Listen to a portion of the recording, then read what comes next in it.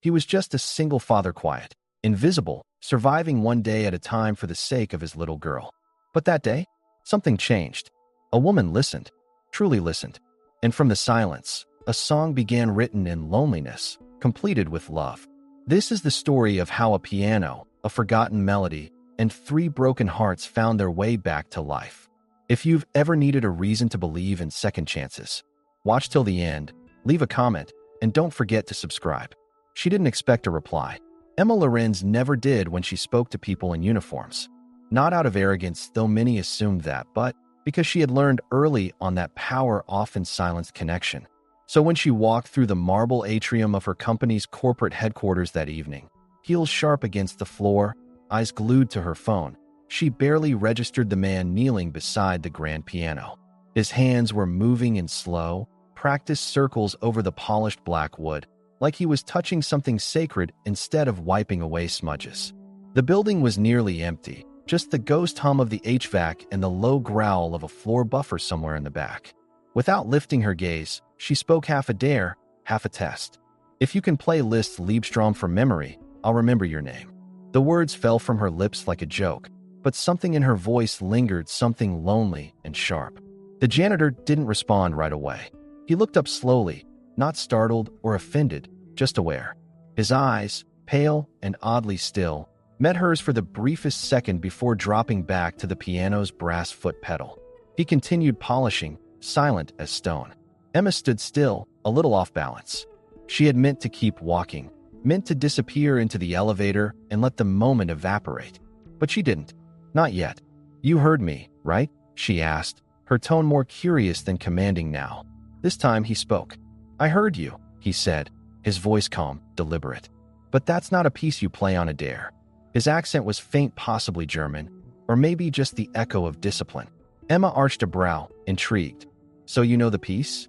He didn't answer, just folded the cloth in his palm like it was a flag at a funeral. She exhaled, amused and irritated all at once. "Didn't think so," she said, turning on her heel. But she did think so.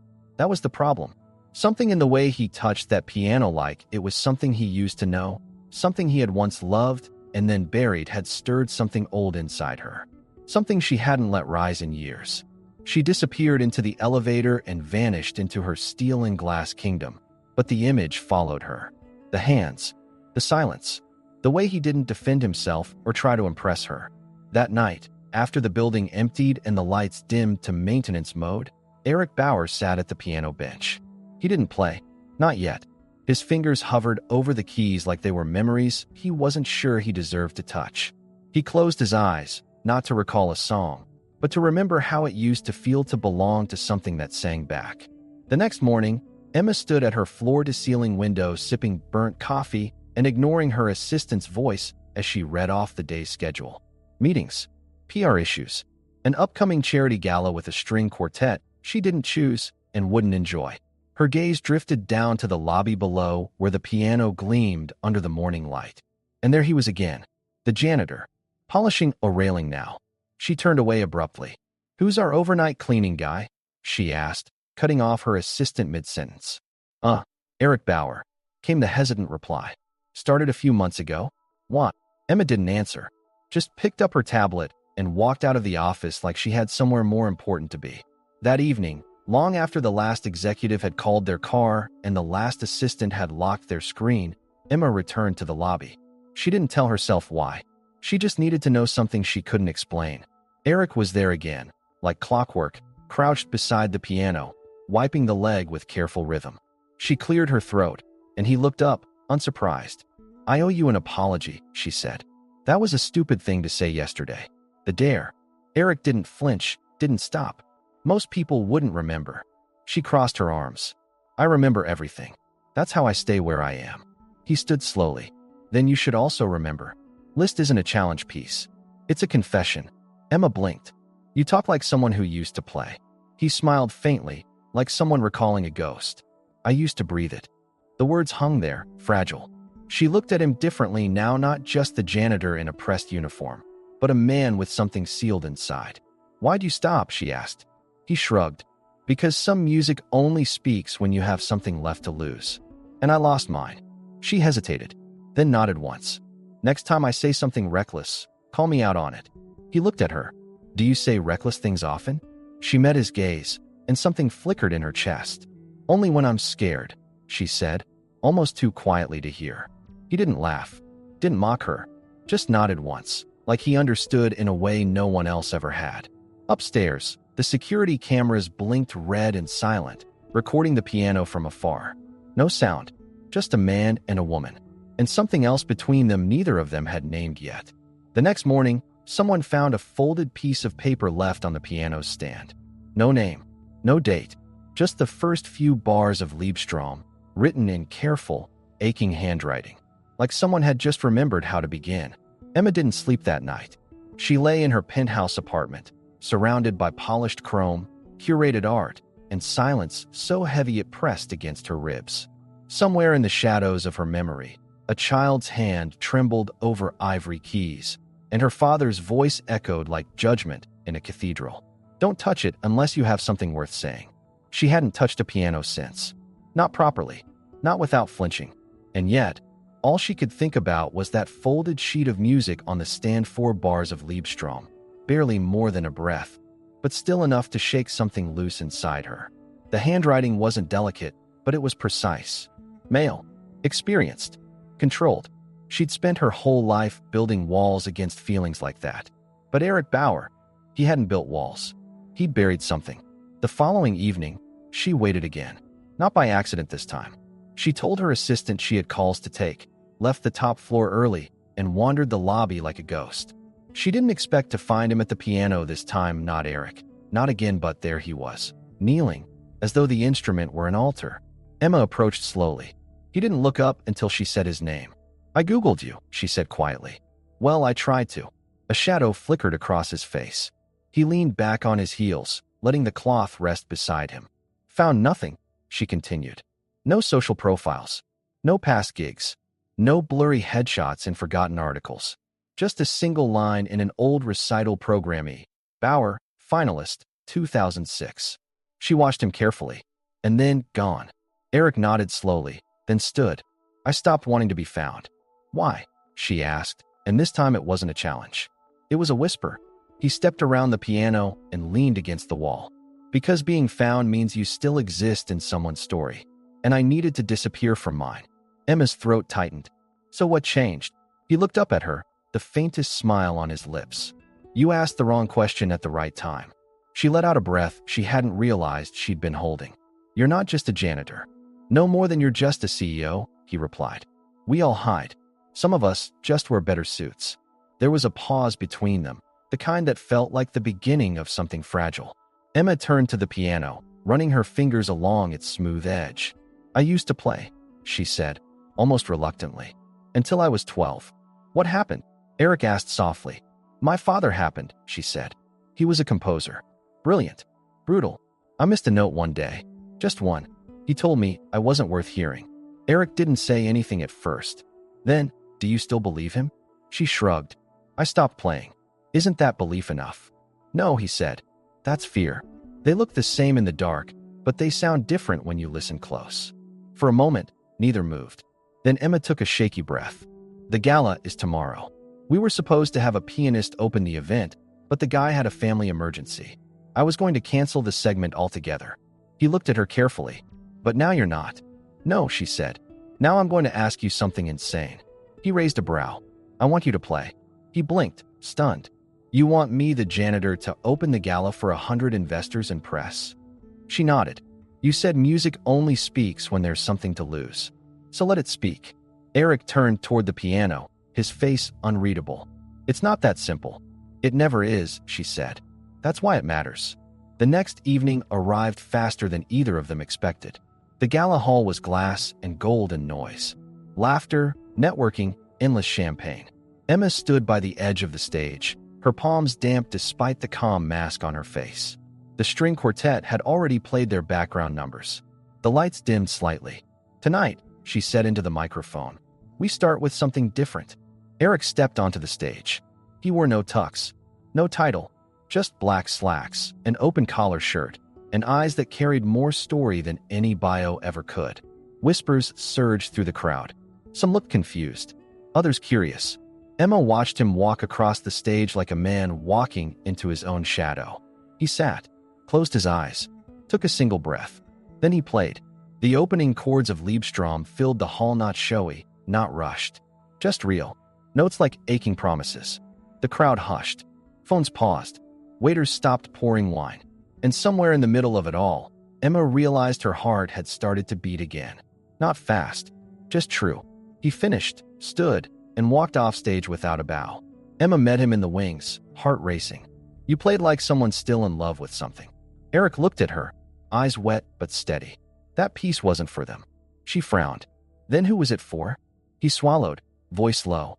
For the girl who made me remember. Emma had barely made it back to her office when her assistant stormed in with panic all over her face. You need to see this. Without waiting, she turned Emma's screen toward her and hit play.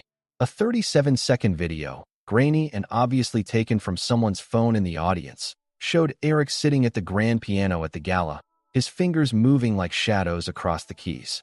Emma was beside the stage, watching him like he'd just rewritten gravity. There was no commentary, no captions. Just the caption, when your janitor plays Liszt better than your headliner. Emma's jaw tightened as she glanced at the view count, already over 90,000 in under 2 hours. She should have expected it. The internet was fast and brutal, and it smelled vulnerability like blood and water. Comments were pouring in. Some praised the beauty of the moment, calling it the rawest, most moving performance they'd seen in a long time. Others weren't so kind. CEO romance brewing? PR stunt or actual scandal? Power imbalance 101, what's going on here? And then there were the worst kind, the ones that didn't care about the music at all. Just the optics. Her inbox flooded with board meeting invites before noon. The head of HR pinged her directly. Need to speak. Urgently.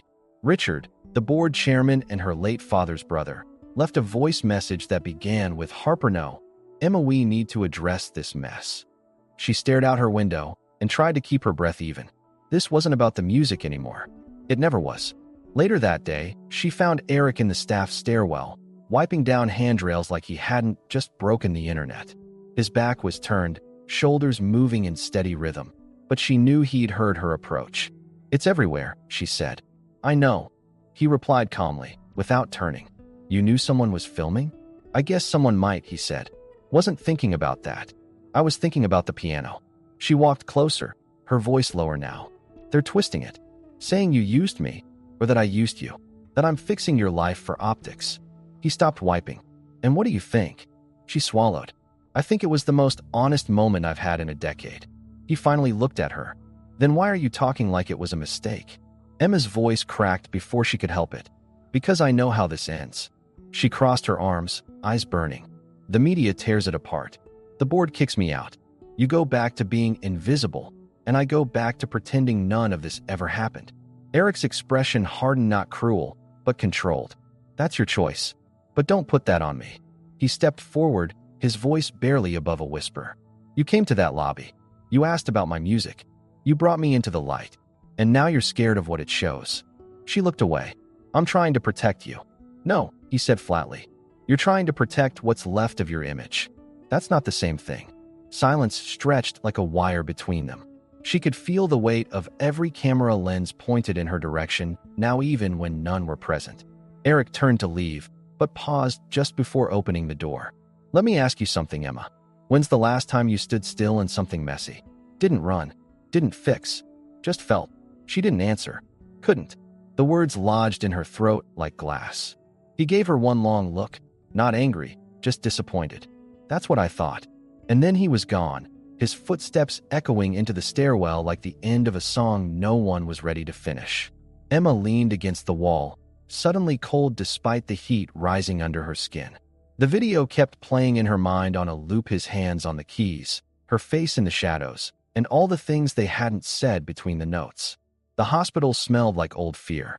Emma hadn't set foot in one since her father died when she was 23 and still convinced that ambition could replace grief. But now, as she stood in the narrow hallway outside room 314, palms damp, heart crawling up her throat, she felt like a child again. She hadn't been invited. A neighbor had tipped her off, said Eric had packed a bag and disappeared with a look that cracked the air around him. She didn't even think. Just ran. Now here she was, outside a pediatric wing, staring through a small glass window into a world she had no place in. Inside the room, Eric sat beside a hospital bed. He wasn't the janitor, not now. Not even the pianist. He was just a father. His body curled inward, one hand clutched tightly around a tiny one with 4 lines taped down the wrist. His other hand covered his face. The girl, pale, fragile, framed by too many wires, lay still beneath a faded pink blanket. A small stuffed bear was tucked beneath her chin. Emma knocked once, gently, and pushed the door open. Eric looked up. His face was hollow. "How did you find me?" he asked quietly. "Your neighbor," she said. "I was worried." He didn't answer, just looked back down at the little girl and whispered, "She's been asking for the song, the one we were writing." His voice cracked. "I can't finish it." Emma stepped into the room, slowly. "Then let's finish it together." Eric's head turned, sharply. She didn't wait for his approval. She walked to the other side of the bed and rested her hand on the blanket, just beside the child's. "What's her name?" she asked. His voice was soft, reverent. "Luna." Emma nodded. "She's beautiful. She's everything," he whispered. "My wife died when Luna was 2. Cancer. Fast. Unforgiving. I gave up concerts, tours, everything. I couldn't teach master classes with a toddler waking up crying at 2 a.m. I had to choose." He didn't cry, but his voice trembled like a broken string. "So I chose her." Emma's eyes stung. "You didn't just give something up. You gave yourself away piece by piece for her." He looked at her then, really looked. Not with defenses or fear, but with the rawness of a man who hadn't let anyone see him in years. "Do you know what it feels like," he said, "to measure your dignity in invoices? To calculate how much love you can afford per month?" She swallowed. "No," she admitted. "But I know what it feels like to have everything and still feel useless." That stopped him. He stared at her for a long moment, then nodded, slowly, like something inside him had settled. They sat beside Luna's bed until the room dimmed and the monitors pulsed in steady rhythm. Eric tapped a faint beat on the blanket, left hand melody, right hand silence. Emma joined him, humming a noteless tune under her breath. And somewhere in that soft, exhausted harmony, Luna stirred. Just a flicker of her fingers. But enough. Eric blinked in disbelief. "She always does that when I sing to her," he whispered. Emma smiled through tears. "Then maybe we should sing." They leaned in together, voices barely louder than the machines, and began to thread the lullaby they'd never finished. One note at a time. Not perfect, not rehearsed, but real. And in that quiet hospital room, something more than music filled the air. Something like hope. The boardroom was colder than Emma remembered. Or maybe she had simply stopped pretending it ever felt warm. Around her, a dozen carefully tailored suits sat in tight formation, none of them looking at her directly, but all of them speaking volumes with their silence. The video from the gala had gone viral again, this time not because of Eric's playing, but because someone had captured a short clip of her brushing his hand as he exited the stage. It was subtle, even tender. But the internet, as always, had no mercy. CEO romance confirmed. Power imbalance scandal at Lyra Group. The headlines bled across industry forums. Her inbox burned. Her position trembled beneath her feet. Richard Quinn, her late father's brother and the board chair, finally broke the quiet. "We'll issue a statement," he said, voice clipped. "Clarify the nature of your relationship with Mr. Bauer. Affirm our zero-tolerance policy for executive boundary violations, and dash, no." Emma interrupted, her voice calm but iron hard.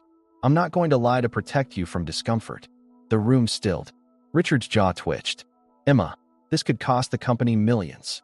"Then maybe," she said slowly, "we need to ask why a single act of humanity threatens the entire foundation of what we've built." Murmurs rippled. Someone shifted in their chair. She leaned forward, hands folded. "I won't pretend this isn't real just because it makes people uncomfortable. And I won't apologize for caring about someone who reminded me what it feels like to be awake." That night, she didn't return to her penthouse. She went to the hospital. Luna's condition was stabilizing, but the prognosis was still grim. She needed a specialist, a pediatric heart transplant team, transport, housing, tests, thousands upon thousands of dollars. And Eric, despite his pride, was drowning. He tried to refuse her help the moment she brought it up. "You can't just fix this with a check," he snapped. "This isn't some crisis you can throw money at and walk away feeling better." "I'm not trying to feel better," she said. I'm trying to stay. And if I can't fix everything, at least let me carry some of it with you." That quieted him. Slowly, she explained what she'd already done: calls to specialists, pulling strings, securing an apartment near the Boston clinic. No PR, no cameras, just love disguised as logistics. Eric stared at her like he didn't know whether to be grateful or furious. "Do you even hear yourself?" he asked. "You're willing to lose your job over me, over us." "Not over you," she said. "Over the girl who made me remember why music matters. Over the man who played a broken piano in the dark because he thought no one would ever listen again. Over the chance to do something that isn't just about optics and projections and shareholder reports." His mouth opened, but no words came. She stepped closer. "You didn't ask me to save you. And Luna doesn't need a savior. She needs someone who stays." A long pause passed between them. Then Eric's voice raw said, "I don't know how to let someone stay." "Then let's figure it out," she whispered, note by note. Days passed, and then came the letter, delivered by courier to her apartment. Official, heavy. The board had voted. Her position as CEO had been mutually transitioned. The language was polite, surgical, distant. The package included a non-disclosure agreement, a severance clause, and a list of talking points should the media come knocking. Emma folded the papers once, then again, until they were too thick to shred and too soft to fight. She didn't cry. She didn't rage. She just stood in her living room, holding a folder of consequences, and felt lighter. She had made her choice. Now she had to live it. She grabbed her keys. There was one person she had to tell in person. But when she reached Eric's apartment, the lights were off. A neighbor poked her head out. "He's gone," she said gently. "Took his daughter. Something about Boston. Left in a rush." Emma stood on the sidewalk, the sky pressing low above her, realizing something she hadn't allowed herself to feel in years: fear. Real, silent, aching fear. She had finally stopped running. But had he? The chapel wasn't large. It had no marquee, no velvet ropes, no stage lighting. Just wood and dust and silence that had learned how to listen. Nestled on the edge of the city park, Lincoln Chapel had once been a safe haven for music students who couldn't afford Carnegie and for souls who had too much to say and nowhere to play. Eric Bauer had once practiced here, back when his fingers still believed in miracles. Now, years later, he stood again at the chapel doors, a folded letter in one hand, a brass key in the other. The letter was from Emma. It wasn't long, but it didn't need to be. You were never empty. You were just waiting. Inside, someone had already lit the candles. He stepped in alone, but the moment he touched the keys, he knew he wasn't. The air felt full of unsaid things, of memories, of breath caught in old prayers. The grand piano in the center of the room waited like a patient friend. He sat slowly, exhaled once, and placed his hands on the keys. For the first time in years, he didn't flinch. The melody that emerged wasn't rehearsed. It wasn't polished, but it was real. It was Luna's heartbeat. It was his wife's lullaby. It was Emma's voice saying, "Let's figure it out." And somewhere between the seventh and eighth note, a door at the back of the chapel creaked open. Emma stepped inside quietly, hands clasped in front of her. She didn't walk to him. She listened. And Eric, without looking up, whispered through the music, "This is for you, too." She took a seat in the front row, her heart aching in rhythm. When the last chord rang out, the silence that followed was not empty. It was full, like the breath before a confession, like forgiveness waiting for a name. "She's strong," Emma said after a while. "The doctors in Boston said she has a chance." "She always had a chance," Eric replied. "She just needed the right song to fight for." A few weeks later, the chapel opened its doors again. But this time it was full, not with celebrities or critics, but with nurses, teachers, parents, and children who had seen the video online, the one where a janitor and a CEO played a song they hadn't finished. There were no tickets, just people. Some sat in pews. Others stood in the back, all waiting for something they didn't know they needed. Luna, her color returning and her strength slowly rebuilt, sat on the bench beside her father. She wore a soft blue dress and a tiny scar near her collarbone, a quiet reminder of everything she had survived.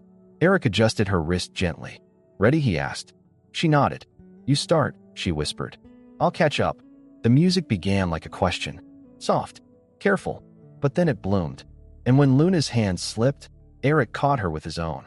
The notes wrapped around them like a second chance. "Emma," seated in the front row, wiped a tear she didn't try to hide. Midway through the piece, Eric lifted his head and nodded once. The choir in the back rose. A quartet joined. Voices swelled not as a performance, but as a promise that no one would be alone in this song again. The final chord hung in the air like a held breath. And when it faded, no one clapped. They just stood quiet, reverent, whole. Later, as the chapel emptied, Luna walked up to Emma, holding a crayon drawing of a piano with wings. "Miss Emma," she said, "do you think songs ever sleep?" Emma knelt down, heart swelling. "No," she said softly. "I think they wait, just like people do." Luna beamed. "Then I'm glad we woke ours up." Eric joined them, placing a hand gently on Emma's shoulder. "We're starting a foundation," he said. "Music therapy. Outreach. We'll call it The Song That Stayed." Emma looked at him, her voice trembling with something deeper than love. "I want to help build it." He nodded. "You already are." That night, back in her apartment, Emma sat at her piano, the same one that had been silent for nearly 20 years. She opened the lid, not with fear, but with trust, and she wrote a new piece, simple, unfinished, but full of something true. At the top of the page, she wrote in delicate cursive, "For the girl who believed and the man who remembered." And beneath it, "Some songs never end. They just find the right hands."